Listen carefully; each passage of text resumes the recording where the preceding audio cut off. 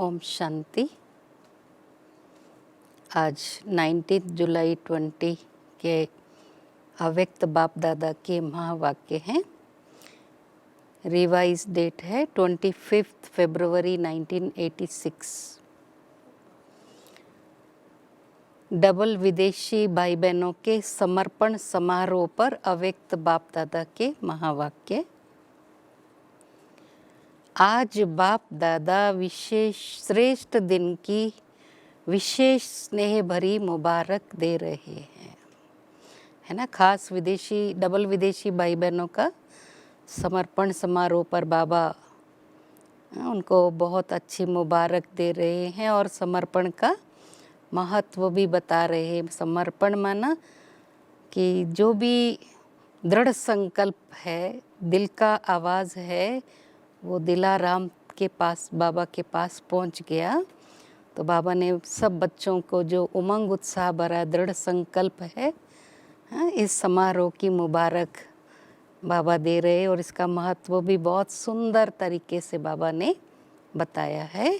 आज कौन सा समारोह मनाया? बाहर का दृश्य तो सुंदर था ही, लेकिन सभी के उमंग उत्साह और दृढ़ संकल्प का दिल का आवाज दिलाराम बाप के पास पहुंचा। तो आज के दिन को विशेष उमंग उत्साह भरा दृढ़ संकल्प समारोह कहेंगे। जब से बाप के बने तब से संबंध है और रहेगा, लेकिन ये विशेष दिन विशेष रूप से मनाया, इसको कहेंगे कि दृढ़ संकल्प किया, है ना। समर्पण समारोह में विशेष रूप से जबकि समर्पण समारोह मना रहे तो बाबा कहते हैं कि आपने एक प्रकार से विशेष दृढ़ संकल्प का समारोह किया है। कुछ भी हो जाए, चाहे माया के तूफान आए, चाहे लोगों की भिन्न भिन्न बातें आए, चाहे प्रकृति का कोई भी हलचल का नज़ारा हो, चाहे लौकिक व अलौकिक संबंध में किसी भी प्रकार के सरकमस्टांस हो, मन के संकल्पों का बहुत जोर से तूफान भी हो तो भी एक बाप दूसरा न कोई, एक बल एक भरोसा, ऐसा दृढ़ संकल्प किया।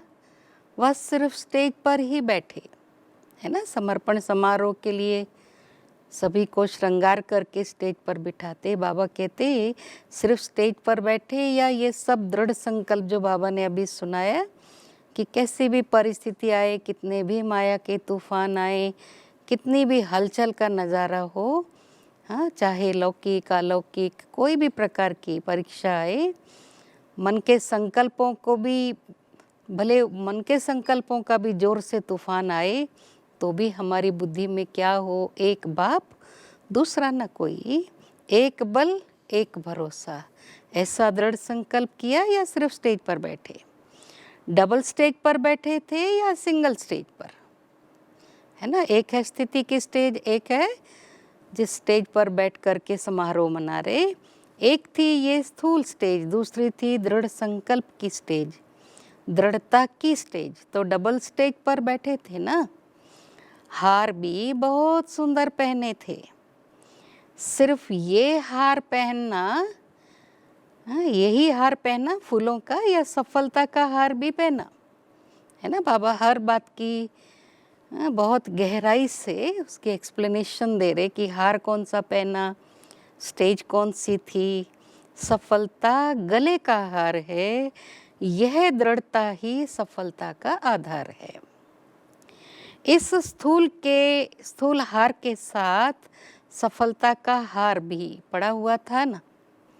बाप दादा डबल दृश्य देखते हैं, सिर्फ साकार रूप का दृश्य नहीं देखते, लेकिन साकार दृश्य के साथ साथ आत्मिक स्टेज, मन के दृढ़ संकल्प और सफलता की श्रेष्ठ माला, ये दोनों देख रहे थे।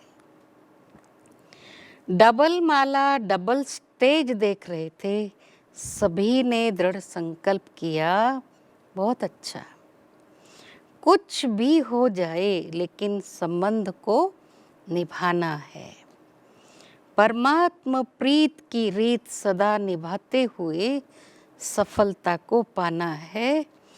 निश्चित है सफलता गले का हार है। एक बाप दूसरा न कोई, ये है दृढ़ संकल्प। जब एक है तो एक स्थिति स्वतः और सहज है। सर्व संबंधों की अविनाशी तार जोड़ी है ना। अगर एक भी संबंध कम होगा तो हलचल होगी। इसलिए सर्व संबंधों की डोर बांधी, कनेक्शन जोड़ा, संकल्प किया। सर्व संबंध हैं या सिर्फ मुख्य 3 संबंध हैं, है ना। बाबा के साथ हमारे सर्व संबंध हैं या केवल 3 बाप, टीचर, सदगुरु का ही संबंध है। सर्व संबंध है तो सर्व प्राप्तियां भी हैं। सर्व संबंध नहीं तो कोई ना कोई प्राप्ति की कमी रह जाती है। सभी का समारोह हुआ ना। दृढ़ संकल्प करने से आगे पुरुषार्थ में भी विशेष रूप से लिफ्ट मिल जाती है। ये विधि भी विशेष उमंग उत्साह बढ़ाती है। बाप दादा भी सभी बच्चों को दृढ़ संकल्प करने के समारोह की बधाई देते हैं और वरदान देते, सदा अविनाशी भव, अमर भव। आज एशिया का ग्रुप बैठा है। एशिया की विशेषता क्या है? विदेश सेवा का पहला ग्रुप जापान में गया, है ना। शुरू में जैसे हमारी रतन मोहिनी दादी, रमेश भाई, उषा बहन आदि माना कई, जगदीश भाई, ये बाबा कहते ये विशेषता हुई ना।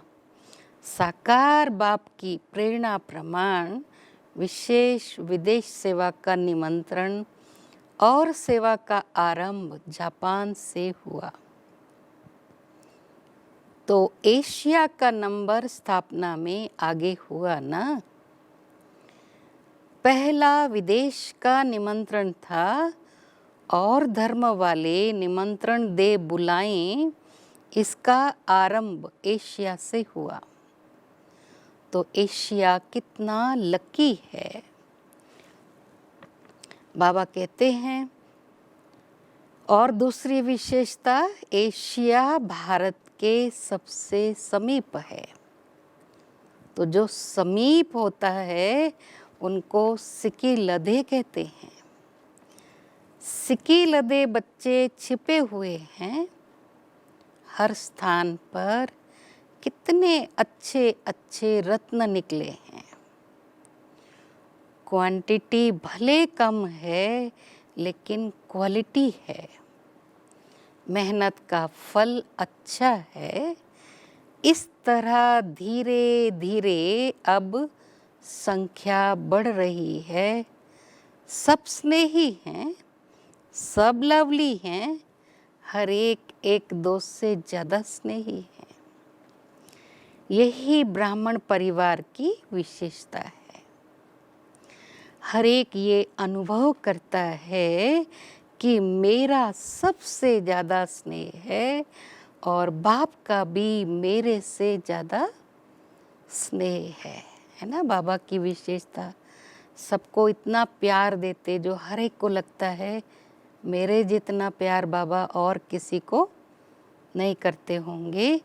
मेरे को ही बाप दादा आगे बढ़ाता है। इसलिए भक्ति मार्ग वालों ने भी बहुत अच्छा एक चित्र अर्थ से बनाया था। हर एक गोपी के साथ वल्लभ है।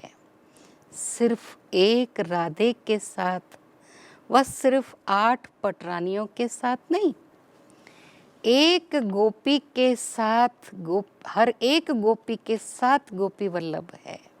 ऐसा ही भक्ति मार्ग में दिखाते हैं ना, हर गोपी के साथ कृष्ण या गोपी वल्लभ को दिखाते।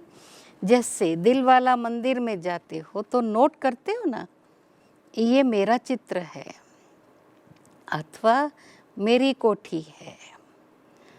तो इस रास मंडल में भी आपका चित्र है। इसको कहते ही हैं महारास। इस महारास का बहुत बड़ा गायन है।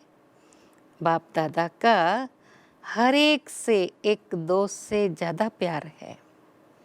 बाप दादा हर एक बच्चे के श्रेष्ठ भाग्य को देख हर्षित होते हैं।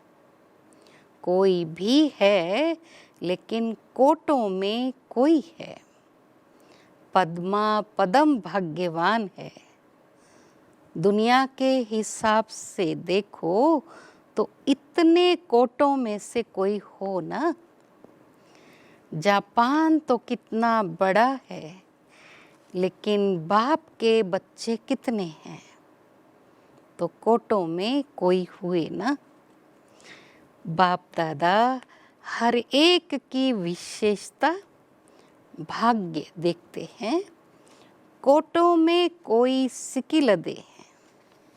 बाप के लिए तो सभी विशेष आत्माएं है ना। बाबा की दृष्टि में सब बच्चे इस विश्व में, क्योंकि कोटों में से कोई आत्माएं, इसलिए विशेष आत्माएं हैं।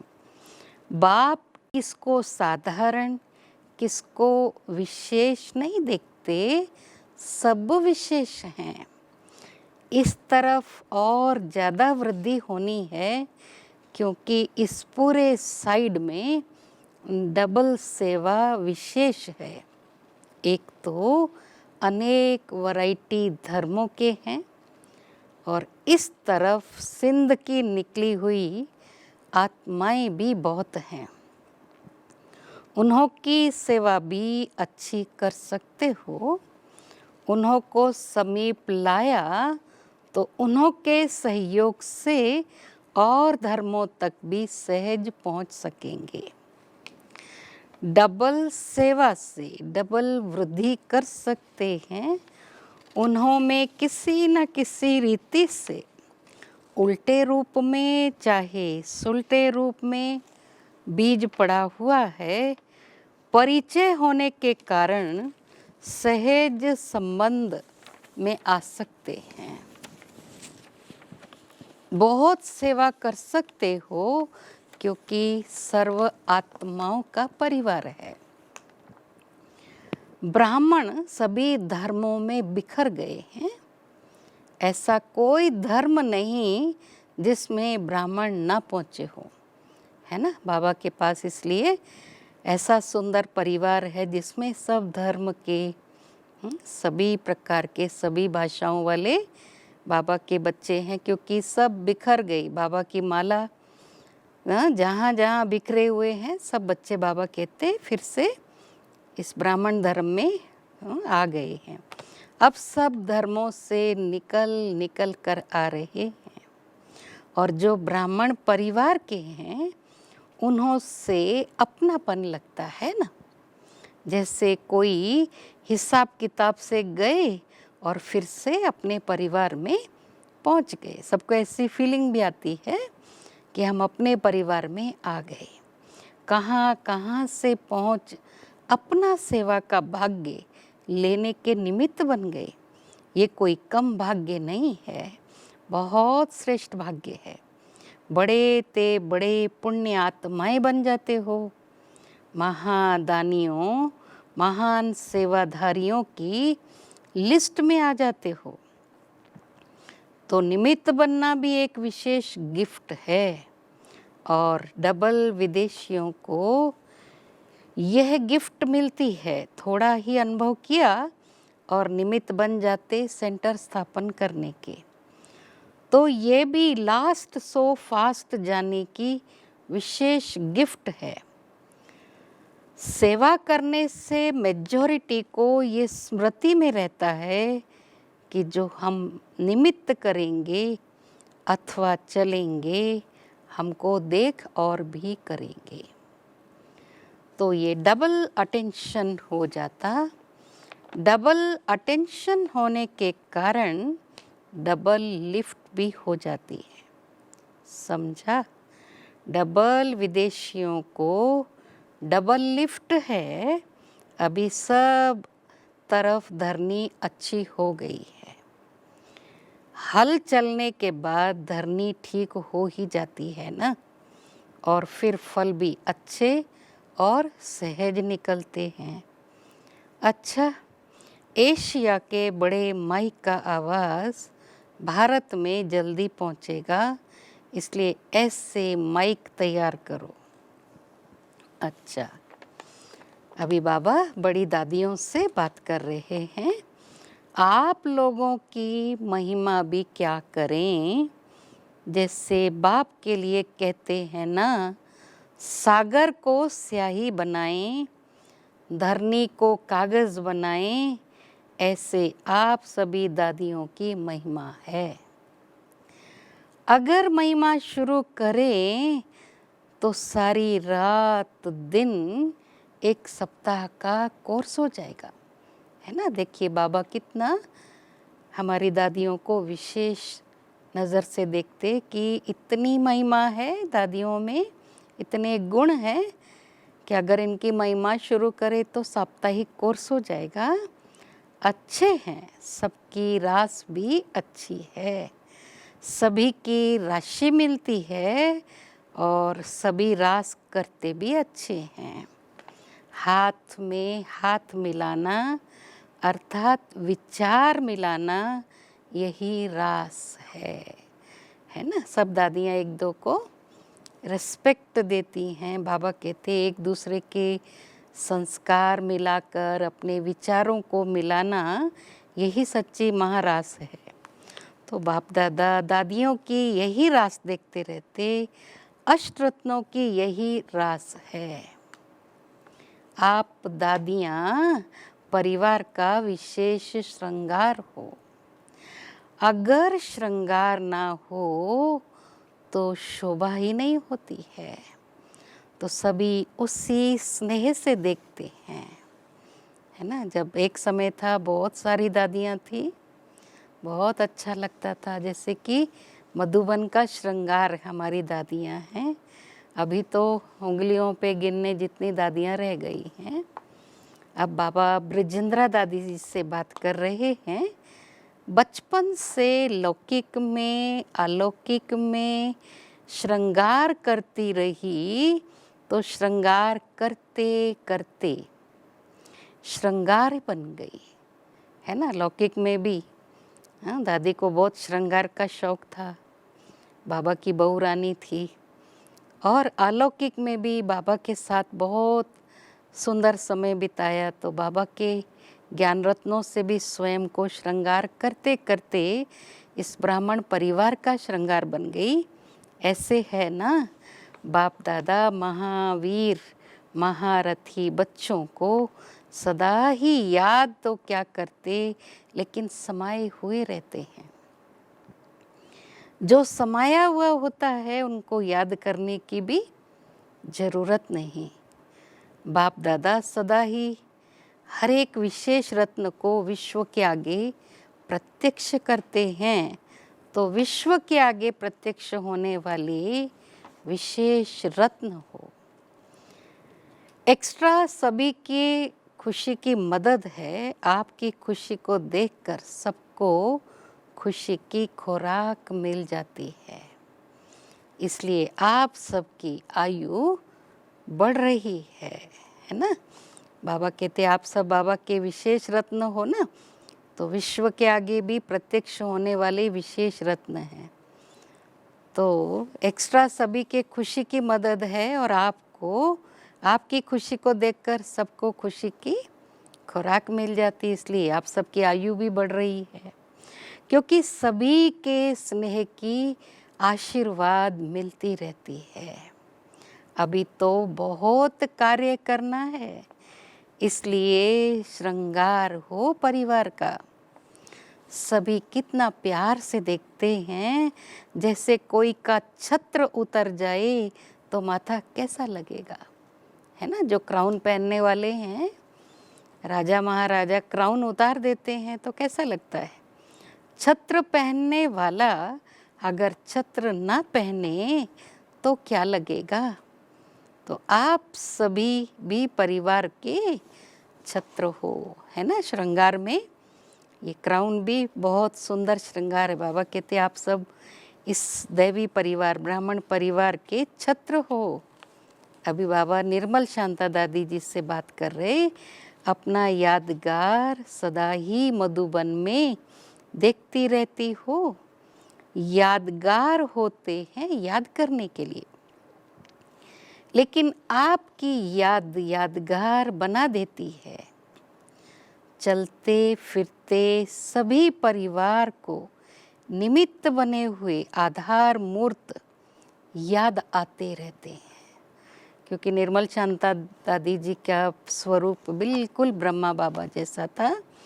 उनको देखकर सभी को ब्रह्मा बाबा की बहुत याद आती थी। इसलिए बाबा कहते चलते फिरते परिवार के निमित्त बने हुए आधार मूर्त ब्रह्मा बाबा सबको याद आते रहते। तो आधार मूर्त हो, स्थापना के कार्य के आधार मूर्त मजबूत होने के कारण यह वृद्धि की, उन्नति की बिल्डिंग कितनी मजबूत हो रही है, कारण आधार मजबूत है।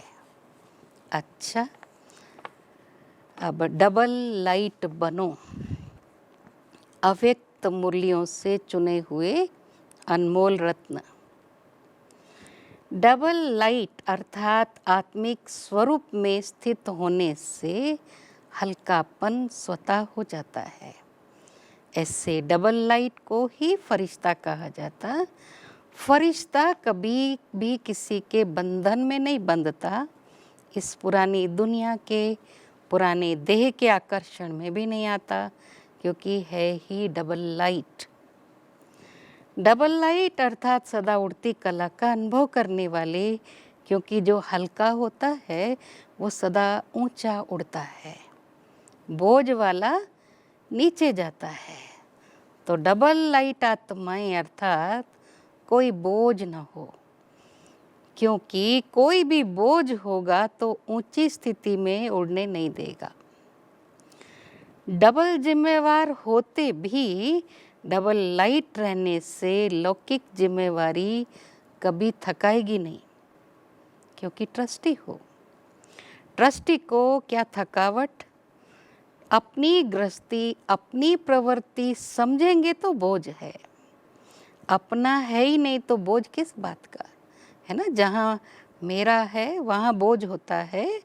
बाबा कहते कुछ भी नहीं, आप तो ट्रस्टी हो तो बिल्कुल हल्के रहना है, बिल्कुल न्यारे और प्यारे, बालक सो मालिक। सदा स्वयं को बाप के हवाले कर दो तो सदा हल्के रहेंगे। अपनी जिम्मेवारी बाप को दे दो, अर्थात अपना बोझ भी बाप को दे दो, तो स्वयं हल्के हो जाएंगे। बुद्धि से सरेंडर हो जाओ। अगर बुद्धि से सरेंडर होंगे तो और कोई बात बुद्धि में नहीं आएगी। बस सब कुछ बाप का है, सब कुछ बाप में है, तो और कुछ रहा ही नहीं। डबल लाइट अर्थात संस्कार स्वभाव का भी बोझ नहीं, व्यर्थ संकल्प का भी बोझ नहीं, इसको कहा जाता है हल्का। जितने हल्के होंगे उतना सहज उड़ती कला का अनुभव करेंगे। अगर योग में जरा भी मेहनत करनी पड़ती है तो ज़रूर कोई बोझ है ना। कई लोग बोलते योग लगता नहीं है, नींद आ जाती है। तो मेहनत कर कर अगर हमारा योग लगता है तो ज़रूर कुछ ना कुछ बोझ है हमारे ऊपर, विकर्मों का बोझ, व्यर्थ संकल्पों का बोझ। तो बाबा का आधार ले उड़ते रहो, है ना। उड़ने के लिए क्या बताया बाबा ने, डबल लाइट रहना है। सदा यही लक्ष्य याद रहे, हमें बाप समान बनना है। तो जैसे बाप लाइट है वैसे डबल लाइट। औरों को देखते हो तो कमज़ोर होते हो, इसलिए बाबा हमको क्या कहते, सी फादर फॉलो फादर करो। औरों को ना देखना है ना फॉलो करना है। उड़ती कला का श्रेष्ठ साधन सिर्फ एक शब्द है, वो कौन सा है, सब कुछ तेरा। मेरा कहा तो बोझ है, अब तेरा तेरा कर देंगे तो बाबा कहते उड़ती कला, अर्थात डबल लाइट हो जाएंगे। तो उड़ती कला का साधन है ये। मेरा शब्द बदल तेरा कर दो, तेरा हूँ तो आत्मा लाइट है। और जब सब कुछ तेरा है तो लाइट बन गए, अर्थात हल्के हो गए। जैसे शुरू शुरू में अभ्यास करते थे, चल रहे हैं, लेकिन स्थिति ऐसी है जो दूसरे समझते कि ये कोई लाइट जा रही है, उनको शरीर दिखाई नहीं देता। इस अभ्यास से हर एक प्रकार के पेपर में पास हुए। तो अभी जबकि समय बहुत खराब आ रहा है तो डबल लाइट रहने का अभ्यास बढ़ाओ। दूसरों को सदैव आपका लाइट रूप दिखाई दे, यही सेफ्टी है ना। जैसे शुरू शुरू में बाबा मम्मा को भी बहुत लोग मारने के लिए आते थे, लेकिन मम्मा बाबा सदैव इतना लाइट के स्वरूप में दिखाई देते थे कि सामने वाले को दिखाई ही नहीं देते थे।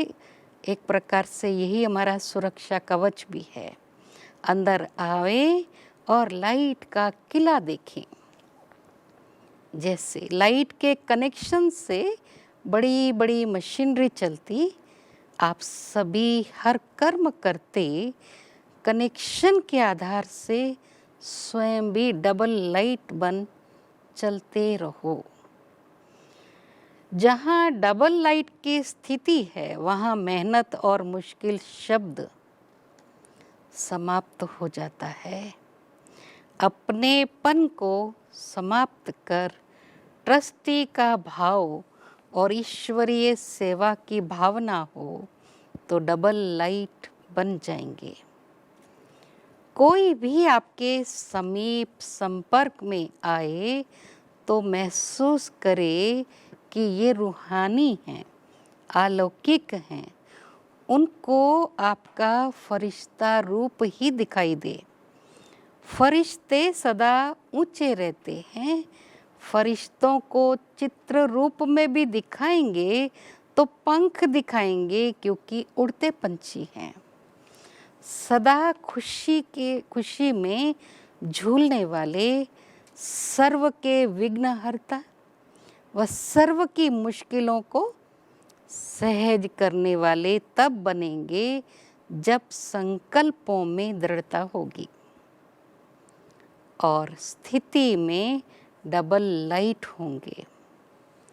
मेरा कुछ नहीं, सब कुछ बाप का है।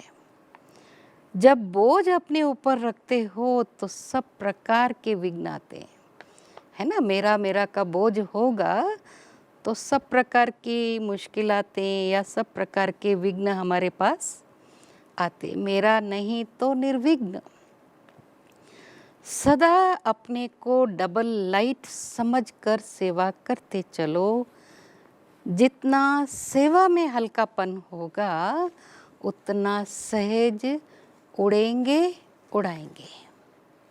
डबल लाइट बन सेवा करना, याद में रहकर सेवा करना, यही सफलता का आधार है। जिम्मेवारी को निभाना ये भी आवश्यक है, लेकिन जितनी बड़ी जिम्मेवारी उतना ही डबल लाइट।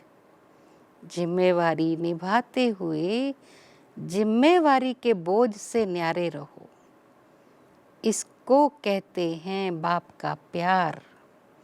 घबराओ नहीं, क्या करूं, बहुत जिम्मेवारी है, ये करूं या नहीं, ये तो बड़ा मुश्किल है, ये महसूसता अर्थात बोझ है।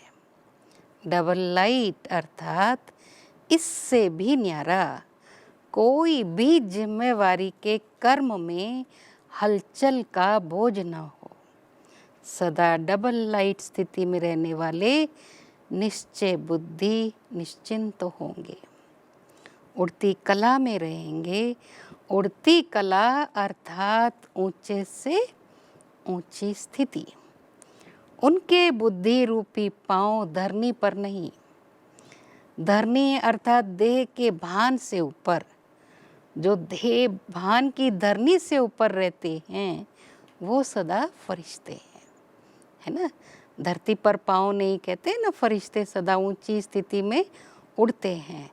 धरती माना बाबा कहते हैं देह का भान से भी, अभिमान तो नहीं लेकिन मैं फलाना हूँ फलानी हूँ, ये भान से भी ऊपर इसको कहते हैं। धरती से ऊपर रहते वो सदा फरिश्ते हैं। अब डबल लाइट बंद दिव्य बुद्धि रूपी विमान द्वारा सबसे ऊंची चोटी की स्थिति में स्थित हो विश्व की सर्वात्माओं के प्रति लाइट और माइट की शुभ भावना और श्रेष्ठ कामना के सहयोग की लहर फैलाओ। इस विमान में बाप दादा की रिफाइन श्रेष्ठ मत का साधन हो, उसमें जरा भी मन मत पर मत का कीचड़ा ना हो। वरदान है हर सेकंड हर संकल्प के महत्व को जान, पुण्य की पूंजी जमा करने वाले पद्मा पदम पति भव। आप पुण्य आत्माओं के संकल्प में इतनी विशेष शक्ति है जिस शक्ति द्वारा असंभव को संभव कर सकते हो।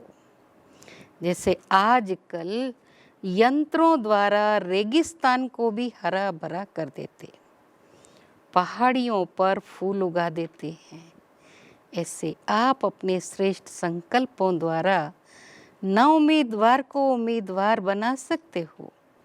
सिर्फ हर सेकंड हर संकल्प की वैल्यू को जान, संकल्प और सेकंड को यूज कर पुण्य की पूंजी जमा करो। आपके संकल्प की शक्ति इतनी श्रेष्ठ है जो एक संकल्प भी पद्मा पदम पति बना देता है। स्लोगन है हर कर्म अधिकारीपन के निश्चय और नशे से करो तो मेहनत समाप्त हो जाएगी। सूचना है आज मास का तीसरा रविवार है। सभी राजयोगी तपस्वी भाई बहनें 6:30 से 7:30 तक विशेष योगाभ्यास के समय भक्तों की पुकार सुने और अपने इष्ट देव रहम दिल दाता स्वरूप में स्थित हो सबकी मनोकामनाएं पूर्ण करने की सेवा करें। ओम शांति।